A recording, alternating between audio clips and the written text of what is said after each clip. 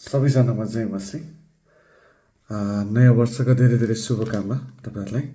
अनि आज यो नयाँ वर्ष लाग्दै गर्दाखेरि पुरानो वर्ष तपाईँको धेरै गाह्रो अवस्थामा बित्यो होला, धेरै समस्यासँग तपाईँ जुझ्नु पर्यो होला, तपाईँ धेरै मरुभूमिको बाटो भएर जानु पर्यो होला, तपाईँ सुक्खा भएर जानु पर्यो होला, तपाईँको जीवनमा रोगले सतायो होला, तपाईँको जीवनमा बिमारले सतायो होला, तपाईँको जीवनमा अशान्तिले सतायो होला, तपाईँ एक्लै हिँड्नु पर्यो होला। तर परमेश्वरले त्यो अवस्थामा पनि तपाईँलाई सम्हाल्नुभयो र यो 2026 लाग्दै गर्दाखेरि तपाईँले परमेश्वरलाई कसरी तपाईँलाई लिड गर्छ, कसरी अघि बढाउँछ भन्ने कुरामा चिन्ता हुनुहुन्छ होला, फिक्री होला। हो, विगतका वर्षहरू जसरी बित्यो बिर्सिदिनुहोस्, तर परमेश्वरले यो 2026मा जे कुरा गर्न लाग्दै हुनुहुन्छ त्यो कुरामा चाहिँ तपाईँहरू म अघि बढ्नुहोस्। यहाँ परमेश्वरको वचन यसै 43को 18 र 19 पदलाई यसरी भन्दछ।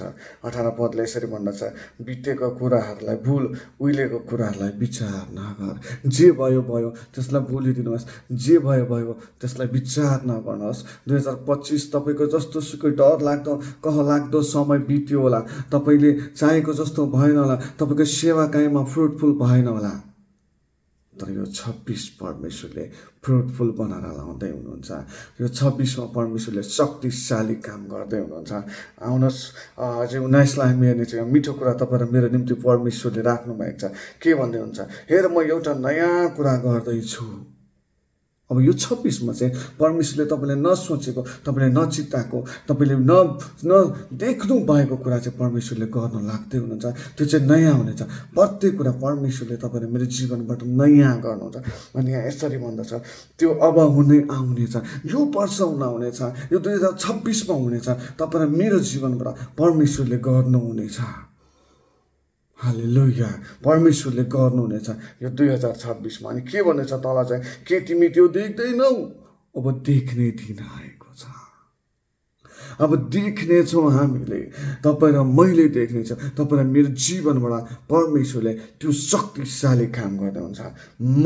परमेश्वरले यसरी भन्छ, म मरुभूमिमा एउटा बाटो बनाउँदैछु। म तपाईँ र मेरो जीवनमा त्यो मरुभूमिलाई अब परमेश्वरले भत्काइकन एउटा नयाँ बाटोको सिर्जना गर्दै हुनुहुन्छ। त्यो बाटो चाहिँ परमेश्वरले तपाईँ र मेरो निम्ति क्रिएट गरिसक्नु भएको छ। अब नडराउनुहोस्, चिन्तित नहुनुहोस्, तर परमेश्वरमा शक्तिशाली रूपमा अघि बढ्नुहोस्। जुन कुरा अपूर्व छ, जुन कुरा रोकिएको छ 2025मा, अब यो 26मा परमेश्वरले त्यो बाटो भएर हामीलाई लाँदै हुनुहुन्छ।